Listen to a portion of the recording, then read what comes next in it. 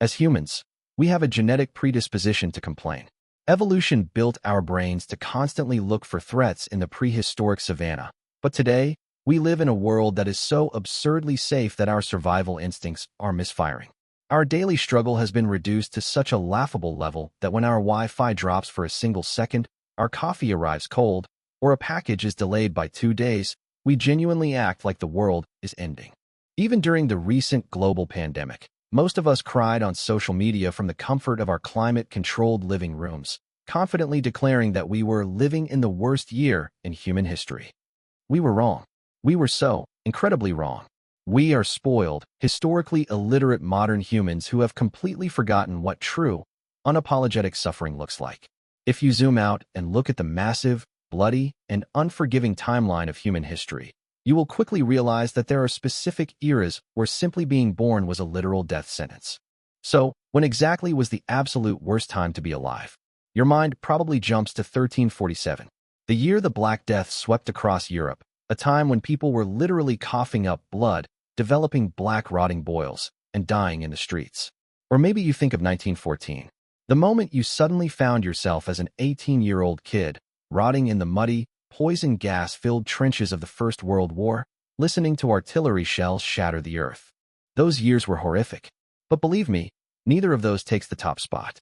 According to historians, archaeologists, and climate scientists at Harvard University, the absolute most miserable, hopeless, and horrific year to be alive as a human being wasn't 1347, and it wasn't 1914.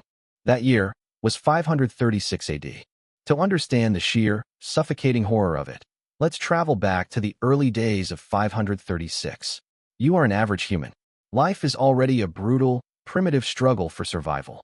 You plant your crops, fight off common diseases, and try to make it through the day without getting killed by a rival tribe or a wild animal.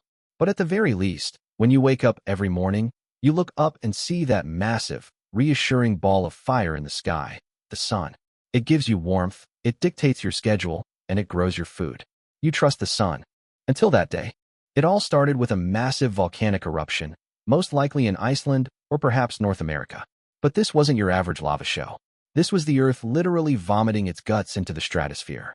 The volcano launched such an unfathomable amount of sulfur, ash, and pulverized rock into the sky that high-altitude winds caught it and draped a massive, toxic gray blanket over the entire northern hemisphere. And then, the sun simply turned off. I am not talking about a solar eclipse. I am not talking about a few hours of darkness or a cloudy week. For 18 straight months, the world was plunged into a suffocating twilight.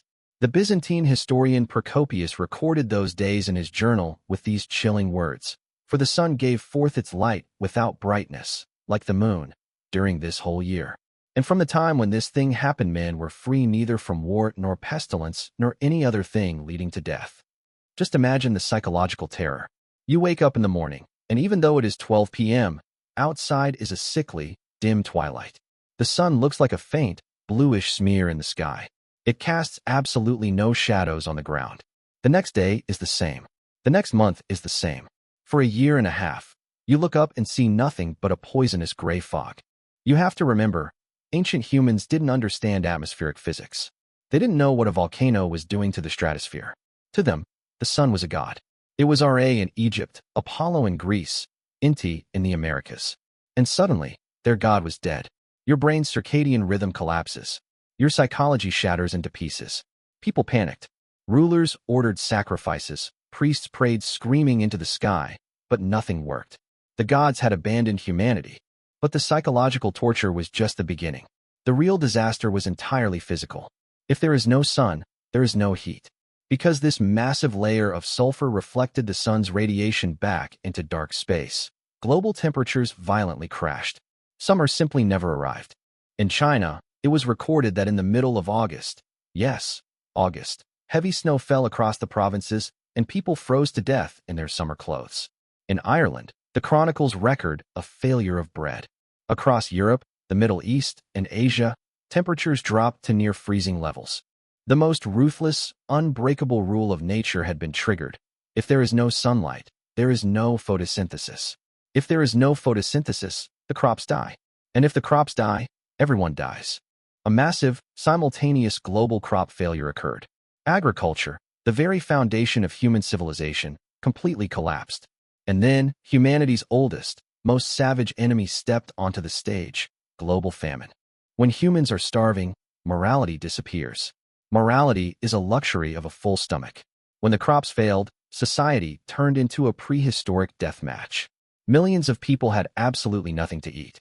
To survive, they began eating grass, tree bark, boiling their leather shoes, and very likely, turning on each other.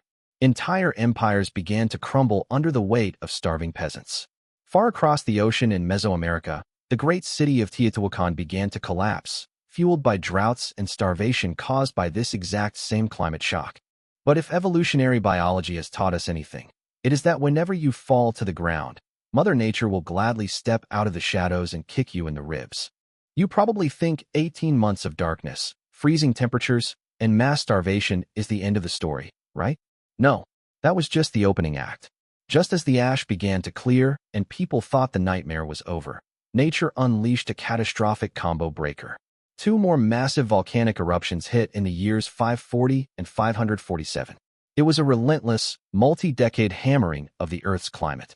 The survivors of this dark decade were weak, severely malnourished, desperate, and their immune systems were completely destroyed. They were living in overcrowded, filthy conditions, fighting over scraps of food. And this wreckage of humanity was the perfect, all-you-can-eat buffet for history's deadliest killer. Just 5 years after the first darkness began, in 541 AD, a deadly guest departed from the ports of Egypt: Yersinia pestis, the bubonic plague. Known to history as the Justinian Plague, this pandemic descended upon a starving humanity like a grim reaper. Bodies that were already starving surrendered to the disease in a matter of days. People developed massive, agonizing black swellings in their armpits and groins before vomiting blood and dying. The plague ravaged Europe, Asia, and Africa. In the grand city of Constantinople, people were dying at a rate of 10,000 a day. There was no space left to bury them. The situation became so desperate that the authorities literally took the roofs off of massive defensive stone towers, filled the entire towers to the brim with rotting human corpses, and put the roofs back on. The plague wiped out half the population of the Byzantine Empire, the superpower of the era, all by itself. In total, it caused the agonizing deaths of up to 50 million people. That meant nearly a quarter of the entire human population on Earth was wiped out in a terrifyingly short amount of time. So the next time you step outside your house, turn your face to the sky, close your eyes, and feel the warmth of the sun on your skin. Stop crying about the tiny, ridiculous, insignificant problems of your modern, privileged life. Because no matter how bad your day is going, you were not born in 536 AD. You are not trapped in a freezing hell where the sun disappears for a year and a half.